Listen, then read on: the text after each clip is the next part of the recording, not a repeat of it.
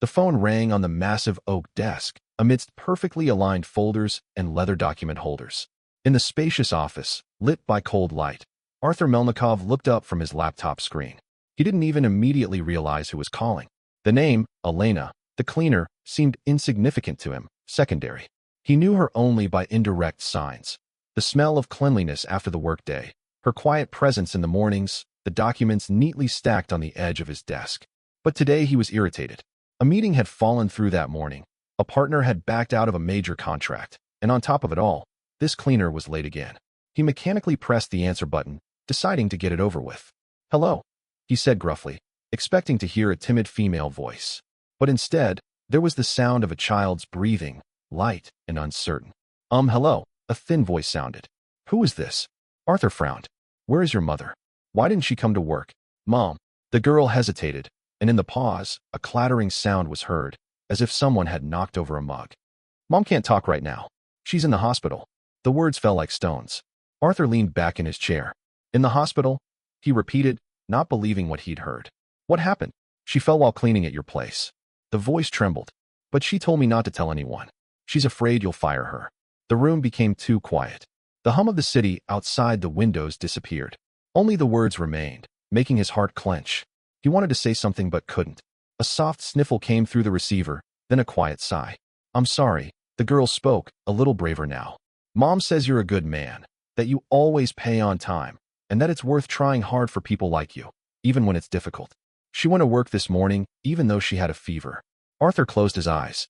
Images appeared before him that he hadn't noticed before. The tired eyes of the woman who quietly entered his office, trying not to disturb him. Her hands in cheap gloves, carefully wiping dust from his monitor. He remembered tossing her a quick, "good morning," a couple of times without even looking, never learning her real name. "What's your name?" he asked quietly. "Marina," the girl answered. "I'm 9 years old. I'm at home with Grandma right now. And Mom said everything will be fine. She always says that.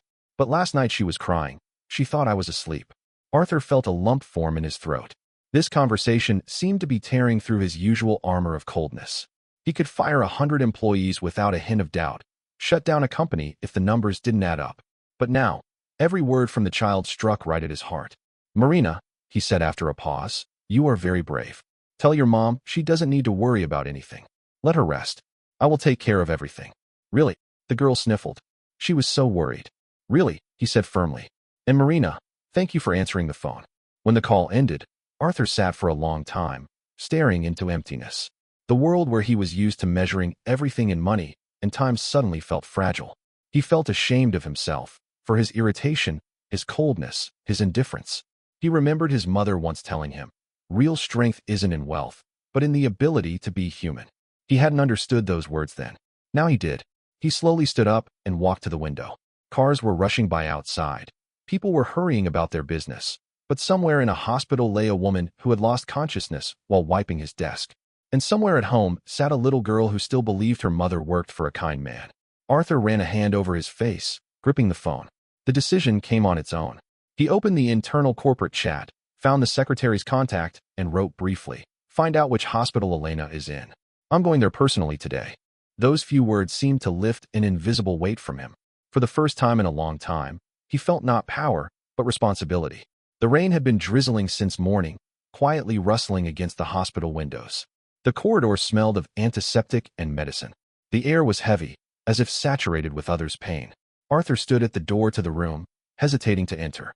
He, a millionaire, accustomed to dictating terms, signing orders, and giving commands, felt uncertainty for the first time in his life. In his hand, he held a bouquet of daisies, simple, unpretentious, bought on a whim from the first vendor at the hospital entrance. In his other hand was a bag of fruit. It all seemed so absurd, so inappropriate for a man of his status. But right now, he felt he needed to be not a boss, but simply a human being. He took a deep breath and pushed the door open. The room smelled clean, with a hint of something homely, perhaps from the old knitting on the bedside table that someone had brought for the patient. Elena lay on a narrow bed, pale, with a bandage on her arm. Her eyes were closed, and Arthur first thought she was asleep. But suddenly, the woman stirred, opened her eyes, and seeing him, abruptly tried to sit up. "Don't," he said hastily, moving closer. "Lie down, you mustn't get up." She looked confused, almost frightened. "Mr. Melnikov," she whispered, lowering her gaze in embarrassment. I'm sorry, I didn't know you would come. I didn't finish cleaning your office yesterday. I just fell. She fell silent, as if afraid every word could cost her her job. Arthur sat on a chair nearby, placing the daisies on the bedside table. I know, he said quietly. Your daughter told me everything. Elena flinched, her eyes filling with anxiety. Marina. She answered the phone, she asked guiltily, as if the child had committed a terrible offense. I told her strictly. She did the right thing, he gently interrupted. The woman bowed her head, and for a few seconds, they just sat in silence. Outside, the wind rattled the shutters. Somewhere in the hallway, a medicine cart clattered. Arthur caught himself thinking that for the first time in many years, he didn't feel like hurrying, checking his phone, signing papers. For the first time, he simply wanted to understand the person in front of him. Why didn't you say you weren't feeling well? He finally spoke. Is cleaning more important than your health? Elena gave a bitter smile. When you're raising a child, only one thing is more important. Having food on the table. If I don't show up, I'll be replaced. And Marina needs medicine, school, clothes. I can't afford to be sick. Her voice trembled, but there was a strength in it, the kind Arthur had only seen in people who had endured too much. He looked at her hands, dry, with reddened knuckles, hands that for years had scrubbed the floors of his office while he, in expensive suits, walked past, unseeing. How long have you worked for us? He asked after a pause. Almost 4 years, she replied quietly. I was lucky to get a job with you. You pay on time. That's rare. These words cut him deeper than any reproach. He had thought he was creating jobs, supporting a company, caring for people. But here before him sat a woman for whom being paid on time was a blessing. He stood up, paced the room, not knowing how to find the words. Elena, he finally said, turning to her. You are no longer a cleaner. The woman froze. I'm sorry. From today, you are moving to a new position. You will be in charge of building maintenance, managing a team. The salary is higher, of course, and your daughter need not worry anymore. Elena stared at him for a long time, as if trying to understand if this was a dream. Then her eyes filled with tears. Why are you doing this for me? She asked, struggling to hold back sobs. Arthur smiled faintly. Because your daughter reminded me that kindness is not a weakness. I had forgotten that. She covered her face with her hands, and quiet sobs filled the room. Arthur turned to the window, giving her a chance to compose herself. Outside, raindrops streamed down the glass, as if reflecting everything that had built up in his soul.